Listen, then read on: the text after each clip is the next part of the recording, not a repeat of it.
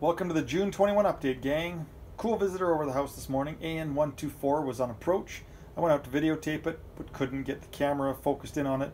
Good thing my wife and son were out with the still cameras and got a couple of half-decent shots here. So, June on the layout can be summed up with two words: tank cars. My members wanted to learn how to body mount to various different tank cars. I picked the 17 360 gallon that you see here, and I did a video covering the modifications.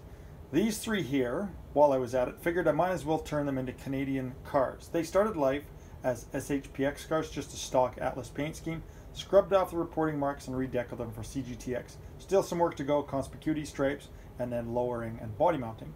So let's zip over to the layout here. I'll show you what else I got up to, and we can compare a non-modified versus a modified 17 360.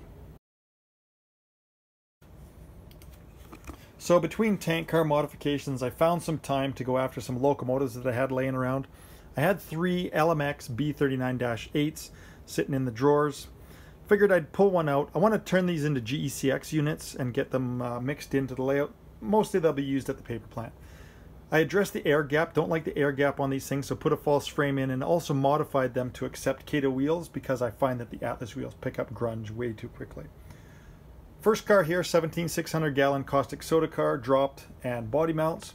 And then we have the 17 360s here. First one, dropped and body mounts added to it.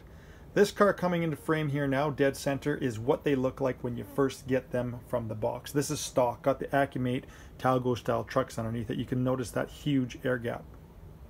So the video I did for my members is how to convert this car into a body mount car and address that ride height. The modification works for several different tank cars. If you're interested in learning, hit that join button, become a member.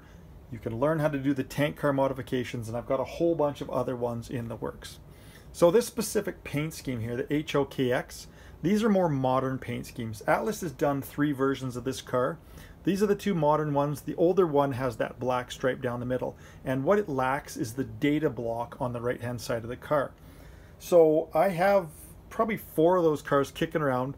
I'm going to go back in and decal them up, put that data block on, at least 2 of them, and that's going to give me a nice variety to my Hooker chemical fleet. So while I was poking around through stock, I came across an ACFX car in the black and white scheme that you see here. So Procore, back in about 08, started rebuilding their cars and painting them in this scheme. And this car here, 28009, I have a picture of it in 2010. So I scraped off the ACFX from the stock paint and just decaled it up for Procore. It's not exact, but it's close enough for me. I also added a data block to this one and inhalation hazard decals. So I also have Procore cars that were re-decaled about 10 years ago in the chlorine car fleet. Now, they never had that data block, so I ended up going back in and adding data blocks to these 3 cars on the end. One of the cars also was missing emergency contact information phone numbers, so that got put on as well, and they didn't have inhalation hazard decals. So all that stuff got put on, these 3 on the end, and now they're going to go back into service. They are now modernized. Alright, so tunnel 7. Cellular clay got dropped down, tunnel's now permanently installed, ballasted on the inside. Rock molds are next, and I've got the shape of my retaining wall figured out. Backdrop's been filled and sanded, ready for paint. Now when I start putting rock molds on, I want to get them right over into that edge and kind of have a nice little rock face as soon as you come down the stairs to tie into the fascia. So should be a nice little scenic accent as soon as you come down the stairs. Let's rip over to tunnel 5 and I'll show you what the plan is there. Tunnel 5 is out of a form that I made years ago, and tunnel 1, tunnel 4, and tunnel 5 all came out of that same form. It was just made out of styrene, and I cast them out of plaster. Number 1 and number 4 tunnel look fine to me.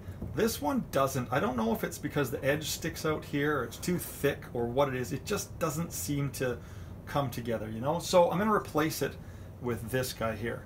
So my first members video was building a tunnel portal. This is the one I built for them on the screen. So took the time to put some decals on. It's got better detail. The weathering's better. Interior liner's better. Exterior liner on this one, which I kind of like exterior liners. They look kind of neat. It's got textures on the sides of the board forming texture, so just a way better model than this thing. A lot more detail into this one. So this is going to get pulled out. This one's going to replace it.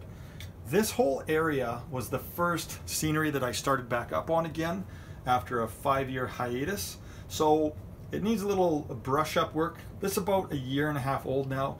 Just when this whole COVID crap hit, this is what I was kind of working on and starting on. So I'm going to go back in here and kind of redo things, plant a few more trees, a few more rock outcroppings, that kind of thing, and spruce this up. And this is going to be the center point of all that. So come July, I'm going to go after some more rolling stock and hopefully get some scenery up around the corner at Crow's Nest. I'm ready to start laying rock molds in place here real quick, and then we can go rocking and rolling back up the hill towards Crow's Nest East. So anyway, that's it for June. Thanks for watching, everybody. We'll see you next time.